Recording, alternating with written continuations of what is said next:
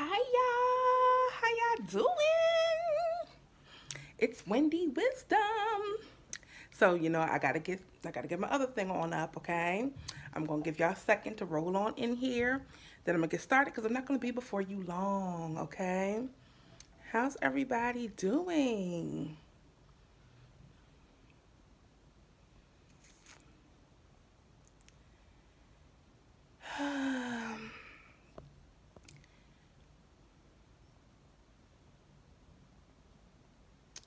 I'm just getting Instagram up. Come on in, come on in.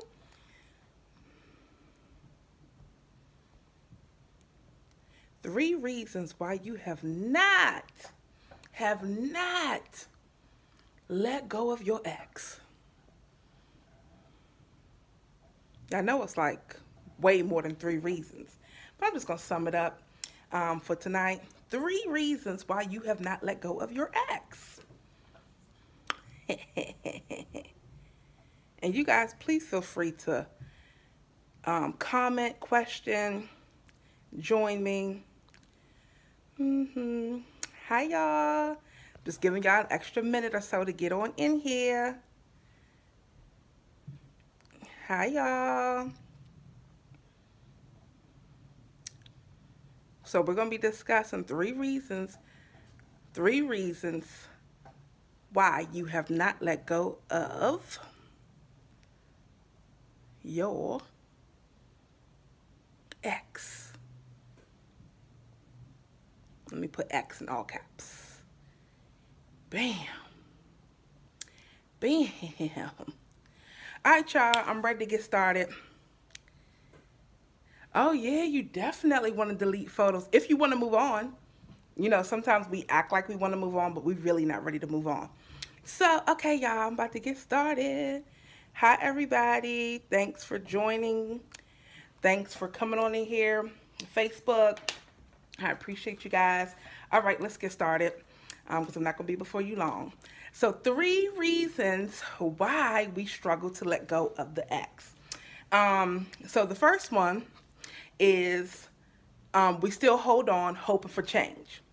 Despite seeing that things are not changing, the relationship dynamic or situationship, whatever is going on in the relationship, you have talked to them about numerous times. You tried to brainstorm and see what could you do better? What do they need to happen differently to give you whatever it is that you're requesting?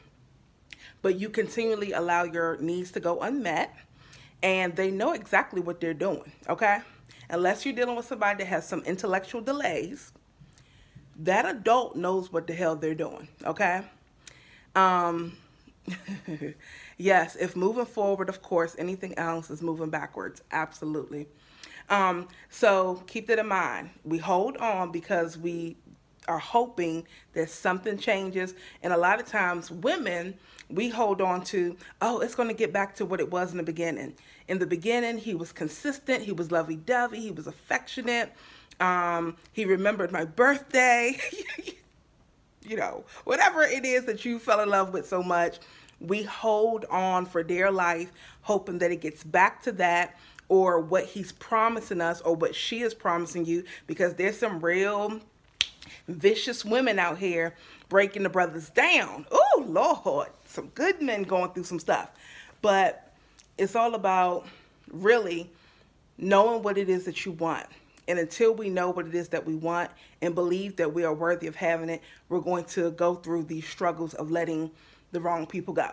Okay, so the second thing is feeling like you've invested a lot of time into this person, into the relationship.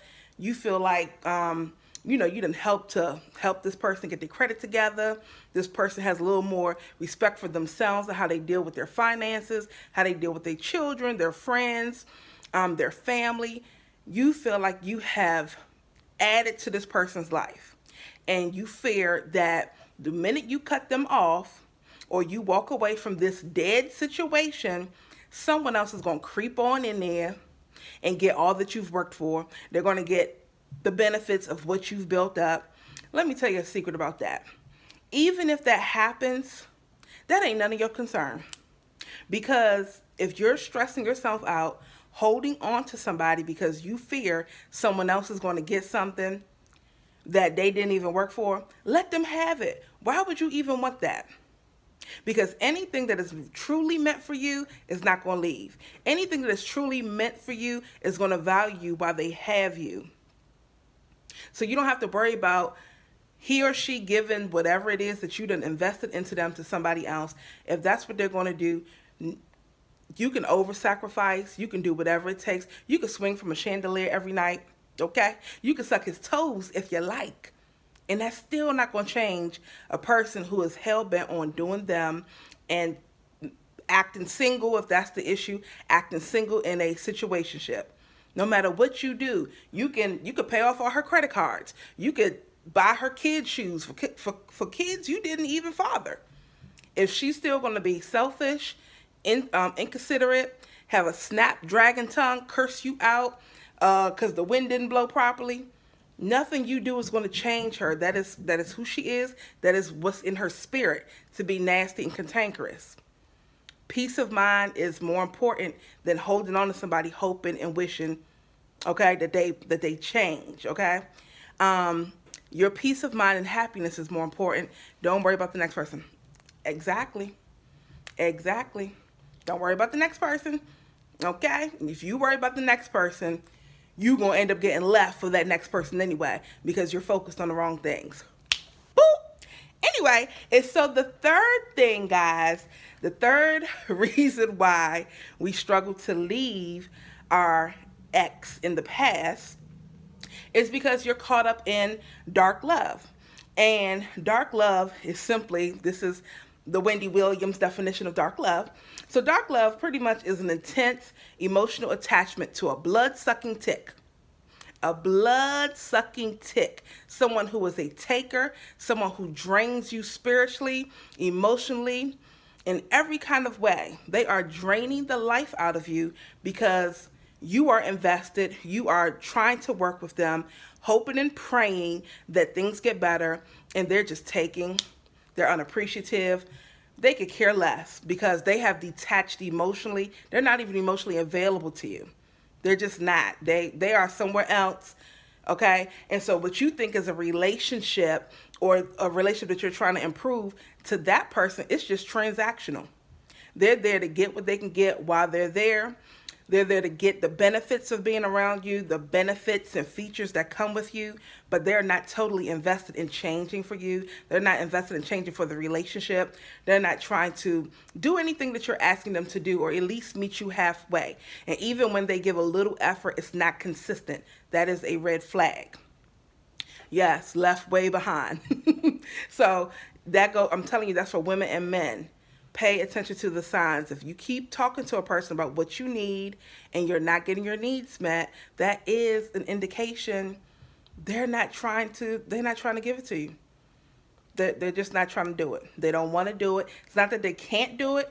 They may not be ready to do it. They may have their own stuff they got to work on internally, because to me, you have to be a jacked up person or a person who still has a lot of baggage that you have not dealt with to make another person miserable and unhappy, and to be that much of a taker that you don't give a crap about somebody else, okay? You just made me pour a drink. Hey, man, take a little sip for me, okay? But really, like, you know, there's men that are going through, you know, and, okay, I'm just going to say this. You know, us women, we don't conduct ourselves this way. You know, it's bad relationships that cause us to be jerks. Okay, I'm just lying.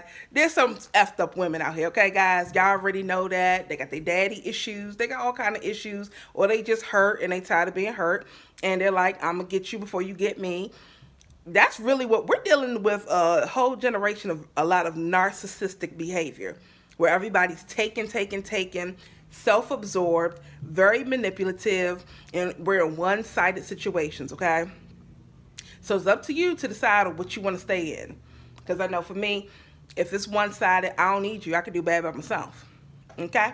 So again, in the dark love situation, you think that it's an emotional, you think that it's a relationship, but again, it's just a transaction. For them, it's what they can get.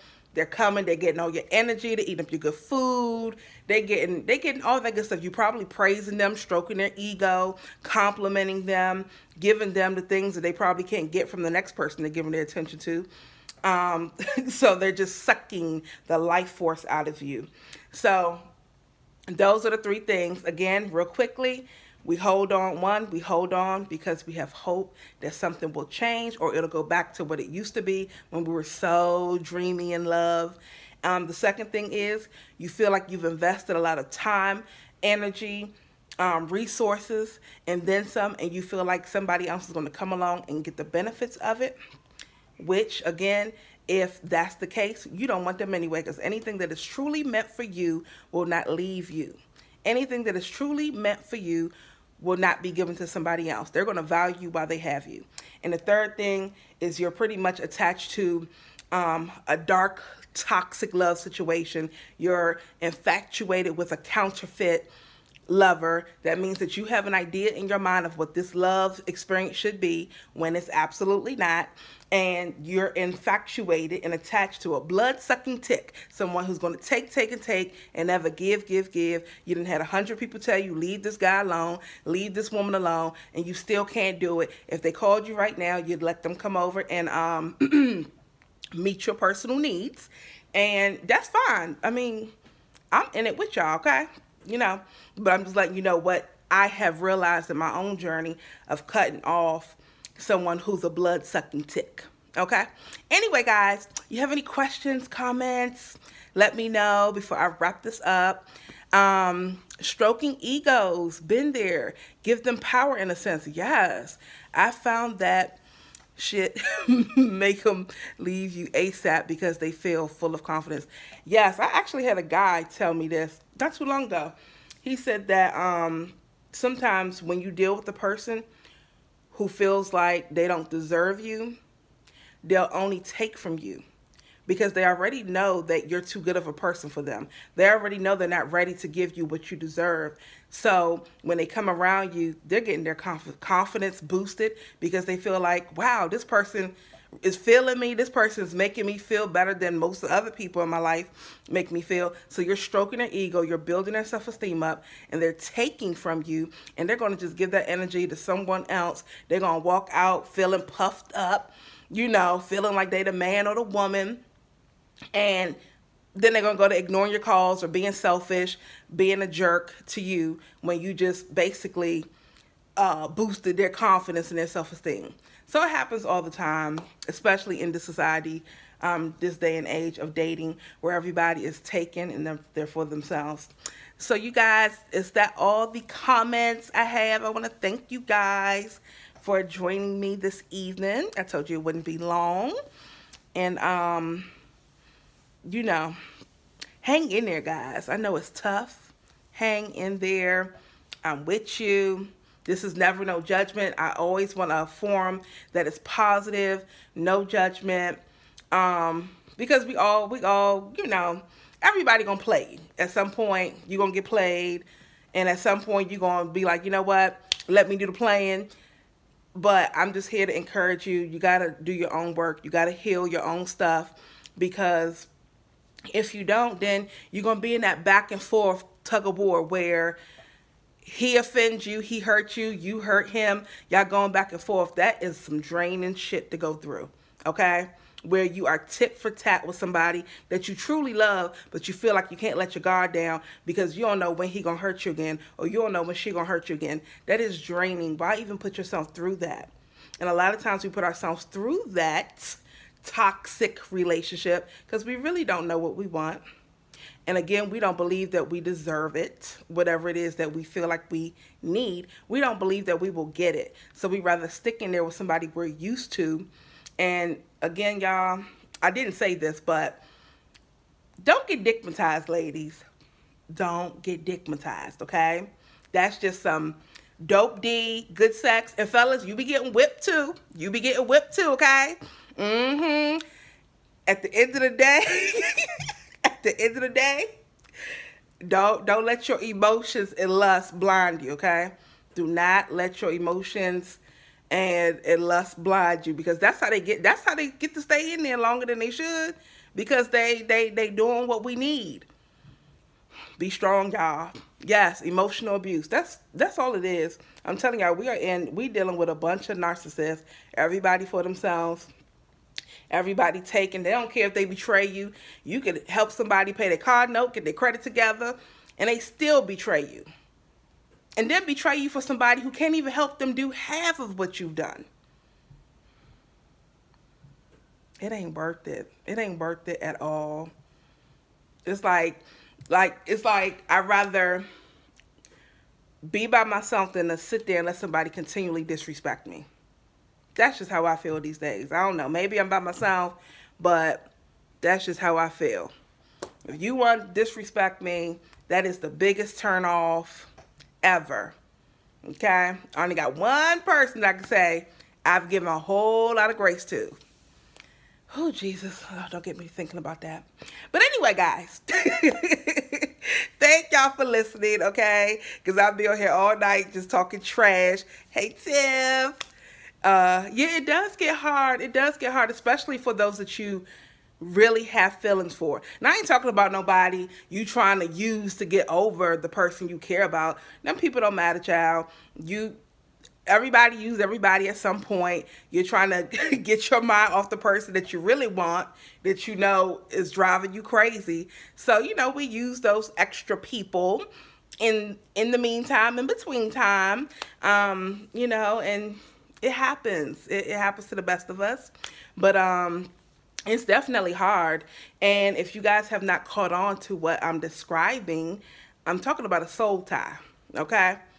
Where in your mind and everything is telling you, leave this person alone. They are draining you and causing you continual emotional damage. That fucks with your self-esteem. I don't care who you are. I don't care how good you look on the outside.